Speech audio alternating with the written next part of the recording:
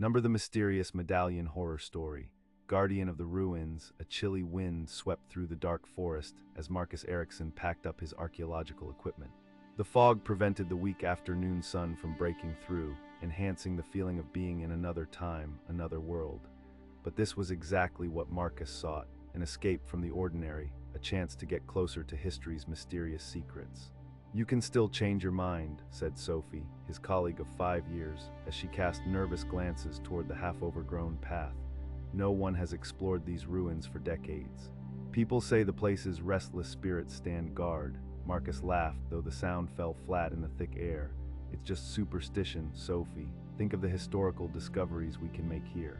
People have said the same thing about every uninhabited ruin since humans began building cities." Sophie frowned. "But Eric specifically warned us about this place, and you know he's not the type who believes in ghosts without reason."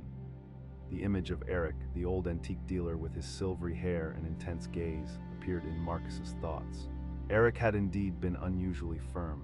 "There are things in the old city that should not be disturbed," he had said with a voice surprisingly steady for his age. "Especially the well. It holds more than just water." Marcus shook off the memory and examined the map. The ancient ruins, once a flourishing city from the 3rd century, lay almost completely buried under earth and vegetation. According to local legends, the city had disappeared in a single night, as if it had been swallowed by the forest itself. A perfect place for an archaeological discovery that could give his career the boost he needed. "We'll only stay until sunset," promised Marcus, more to calm Sophie than because he needed convincing himself. "If we don't find anything interesting, we'll return tomorrow with full equipment." Sophie nodded reluctantly, and together they ventured into the fog-shrouded forest, past the large moss-covered stones that once formed the city gate. The sound of their steps seemed muffled, absorbed by the unnatural silence that surrounded the place. There were no birds, no insects, not even the wind seemed to move here, just a deep, persistent silence. "It's as if the forest is holding its breath," whispered Sophie, her voice tense. Marcus also felt the discomfort, but his curiosity was stronger. After a quarter of an hour's walk, the forest opened into a small clearing. There, partly buried under earth and ivy, stood the remains of what must once have been magnificent buildings. Stone columns, standing stones with worn symbols, and in the center, just as Eric had described, a stone well. "It's incredible," breathed Marcus, his eyes widened with fascination. This was more well-preserved than he had dared to hope. Suddenly, all warnings seemed distant, meaningless compared to the historical value of what lay before them. As they approached the well, Marcus felt a strange pull. It was as if something was calling to him, luring him closer. Sophie, however, stopped, her body language clearly showing discomfort. "Marcus, I don't like this, don't you feel?" Something, he ignored her, lost in his own fascination. The well was not as he had imagined. It was covered with intricate symbols, similar to those he had seen in Eric's shop, but older, more primitive. Water still glittered in the depths, despite centuries of abandonment. "This is a short horror story about mysterious objects in abandoned places that takes an unexpected turn," mumbled Marcus to himself, as he took out his camera to document the symbols. "Can you imagine what might have happened here? Why did they all abandon the city?" Sophie nervously touched one of the symbols. "These are protective runes. Eric mentioned them once. They're used to keep something confined." Marcus laughed, but it sounded forced even to his own ears. "Or to protect the well. Water was vital to ancient societies." A sudden gust of wind swept through the clearing, cold and unnatural, as if it came from the well itself. Sophie recoiled, but Marcus only felt his curiosity grow. He leaned over the edge of the well, shining his flashlight down. The water was clear and still, like a mirror, and there, at the bottom, he saw something gleam. "There's something down there," he said excitedly. "Marcus, please," Sophie grabbed his arm. "We shouldn't touch anything, remember what Eric said." But Marcus was already in full swing, as he always got when he was on the trail of something significant. He took out his rope and lifting device from his backpack, quickly improvising a hoisting system. "I'm just going to see what it is. 5 minutes, I promise." Before Sophie could protest further, he had lowered a small basket into the well. It took a few attempts, but finally he felt the basket hit something solid. With careful movements, he maneuvered the object into the basket and pulled it up. When the basket reached the edge of the well, Marcus saw a medallion as large as his palm. Despite centuries in water, it gleamed as if new, made of a metal he couldn't identify. Symbols similar to those on the well but more complex adorned its surface. "Incredible," he whispered, carefully lifting the medallion from the basket. The moment his fingers touched it, everything changed. An icy wave washed over him, as if he suddenly found himself underwater. The sounds from the forest went completely silent, and for a moment so brief that he would later wonder if he had imagined it, he thought he saw a figure, almost transparent, standing on the other side of the well. "Marcus," Sophie's voice sounded distant, worried. "Are you okay?" He shook his head to clear his thoughts. "Yes, I think so." He held up the medallion to the weak light. "Sophie, this could be worth a fortune. It's a perfectly preserved artifact from the 3rd century. Sophie didn't look impressed. "Put it back, Marcus. We'll take pictures and return with a whole team. This isn't the right way." But Marcus couldn't bring himself to put the medallion back. It was as if it had a will of its own, refusing to let go of his consciousness. He put it in his pocket, ignoring Sophie's protests. "We should go now," he said, suddenly eager to get away from the place, yet unwilling to leave the medallion behind. "It will be dark soon." As they packed up their equipment, the fog began to thicken, as if it was responding to their presence. Or perhaps, Marcus thought with a shiver, to the medallion in his pocket. It felt heavy, heavier than it should be, and strangely warm against his skin. On the way back through the forest, the path seemed narrower, the trees more threatening in the twilight. At one point, Marcus thought he saw a figure among the trees, but when he blinked, it was gone. "Did you see that?" he asked Sophie, who walked closely behind him. "What? Nothing," he mumbled. "Just tired," but the feeling of being watched didn't disappear. It was as if the forest itself, or something in it, was following their every step. When they finally reached the car, Marcus was drenched in sweat despite the chilly evening. Sophie looked at him with concern. "You don't look well," she said. "Maybe you should let me drive." Marcus shook his head. "I'm just tired and excited. Think about what we found." Sophie didn't look convinced. "Marcus, I really think we should have left the medallion where we found it. It feels like we took something that wasn't meant for us." He gave her an irritated look. "Now you sound like Eric. It's a historical artifact, Sophie. It belongs in a museum, not a forgotten well in the forest." Throughout the entire journey home, Marcus felt a growing anxiety. The medallion in his pocket seemed to pulse, as if it had its own heartbeat. And every time he looked in the rearview mirror, he thought he saw shadows moving behind the car, following them through the night. After dropping off Sophie, Marcus drove directly to his apartment. Something within him wanted to immediately study the medallion more closely, to understand its secrets. It was as if the artifact was calling to him, demanding his attention. In his small apartment, with stacks of papers and books spread everywhere, he carefully placed the medallion on his desk and took out his magnifying glass. The symbols were fascinating, unlike anything he had seen before. Some resembled the Nordic runes Eric had in his shop, but older, more primitive. He photographed the medallion from all angles, made sketches of the symbols, searched feverishly in his reference books for something similar. But as the night progressed, it began to snow like misty streaks in his peripheral vision. Faint whispers seemed to come from the walls, too low to make out, yet disturbing. "Is anyone there?" he asked into the empty room, immediately feeling foolish. No one answered, but the feeling of being watched intensified. He rubbed his eyes, tried to shake off the growing feeling of unease.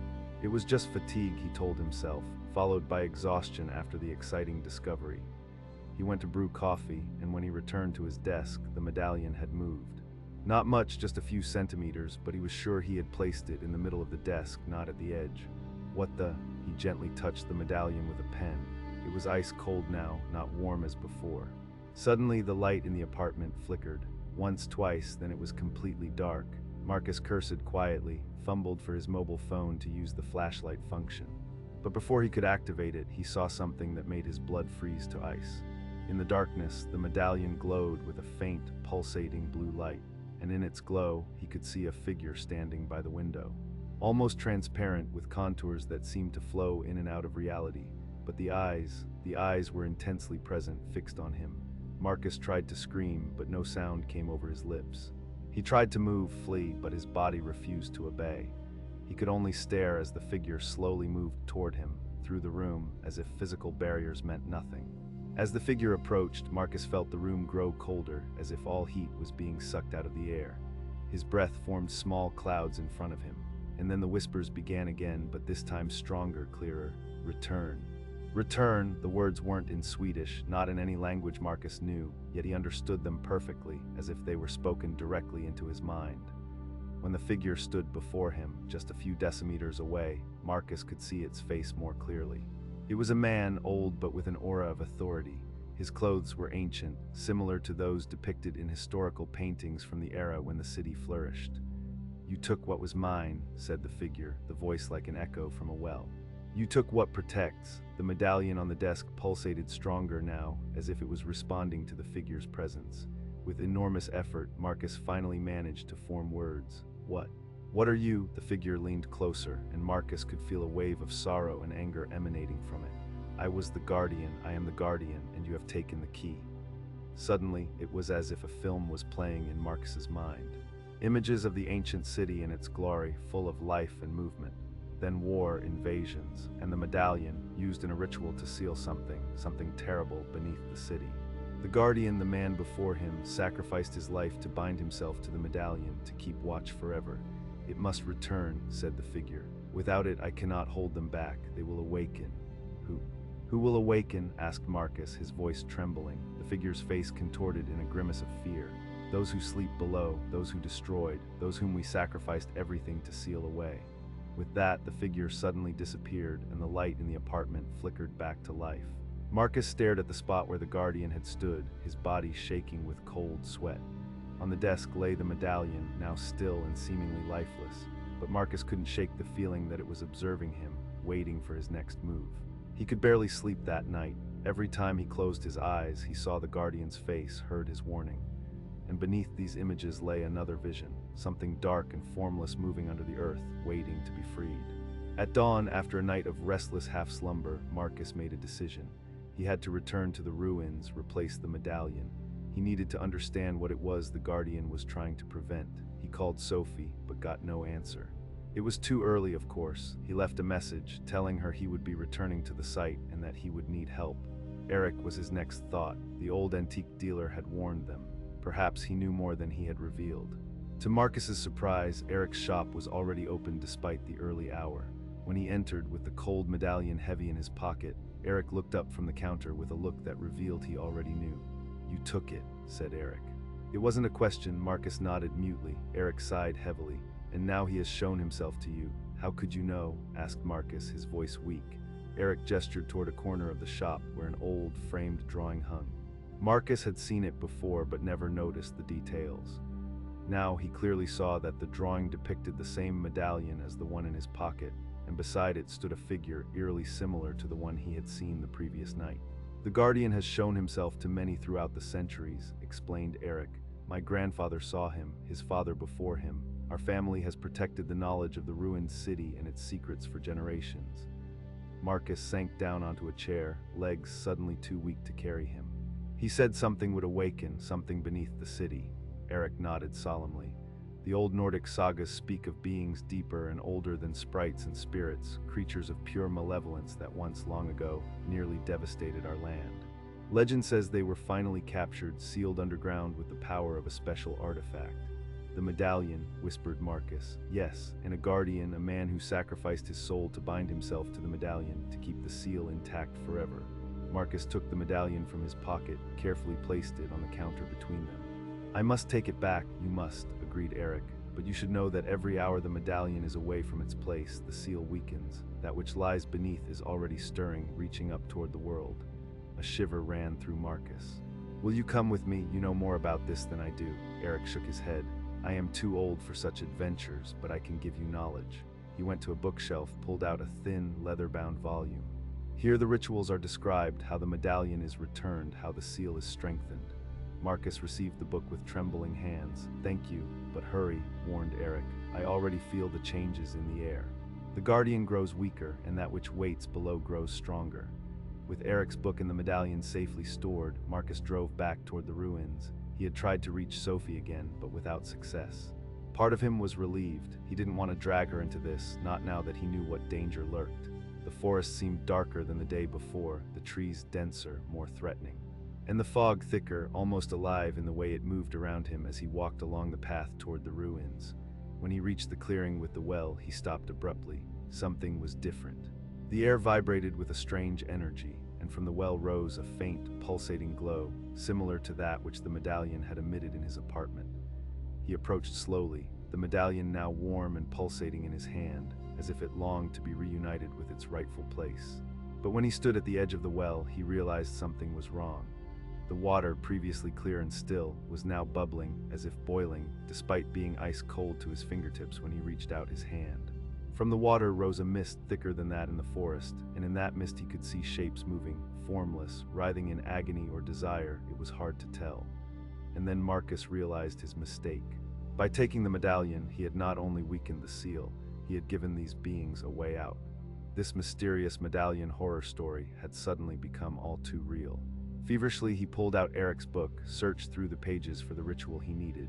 The symbols in the book were the same as those on the well, on the medallion. "I am here to return what was taken," he said aloud, the words taken from the book. "I am here to restore the seal." In response, a roar rose from the well, so intense that the ground shook. The mist thickened, forming a column that rose high above him, and from it emerged figures, misshapen, inhuman, with eyes that glowed with hatred and hunger.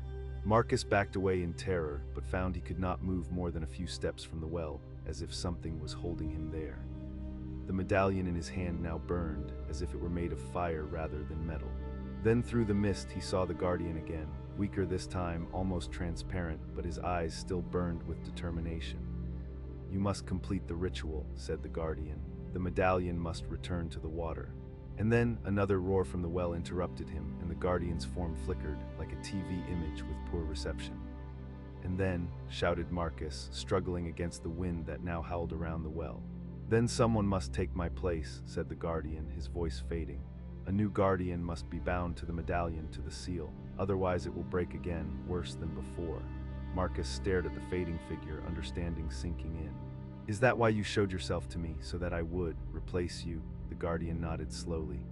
"You took the medallion, you opened the way, you must close it." With a final roar, the mist from the well exploded upward like a geyser of darkness and cold. The figures within it reached toward the sky, toward freedom. Marcus had no choice. He understood now what was required. These beings could not be released upon the world. He gripped the medallion tighter, ignored the pain of its burning surface, and read aloud the words Eric had marked in the book. Ancient words, powerful words, words that bound and sealed. With a final breath, he threw himself and the medallion down into the well. Water, colder than anything he had ever felt, enveloped him. But it wasn't just water, it was something else, something older, a force that immediately grabbed hold of him, pulled him deeper. He sank, or perhaps he fell through something that only resembled water, and as he fell, he felt the medallion melt into his chest, become one with him.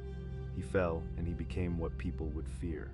He was corrupted, but he also became something more. He became the guardian. The last thing he saw, before the darkness took him completely, was the guardian's, the former guardian's, face, now peaceful, finally freed after centuries of duty, as Marcus took his place. Sophie found Eric's book by the well the next morning, wet but readable. Marcus's body was never found, despite extensive search efforts. For months afterward, Sophie dreamed of the well, of water that rose and fell like breaths. And sometimes, at dawn when the fog lay thick over the forest, she thought she saw a figure walking between the trees, almost transparent, but with Marcus's eyes, watching, waiting, guarding. Eric made a new sign for his shop that year. On it was an image of a medallion, and beneath it a warning. Some boundaries are not meant to be crossed, some secrets are buried for a reason. And in the forest, around the ruins of the ancient city, the fog became a little thicker, a little colder. Animals instinctively avoided the place. People who happened to wander there felt an inexplicable anxiety, a desire to turn back, to leave the place undisturbed.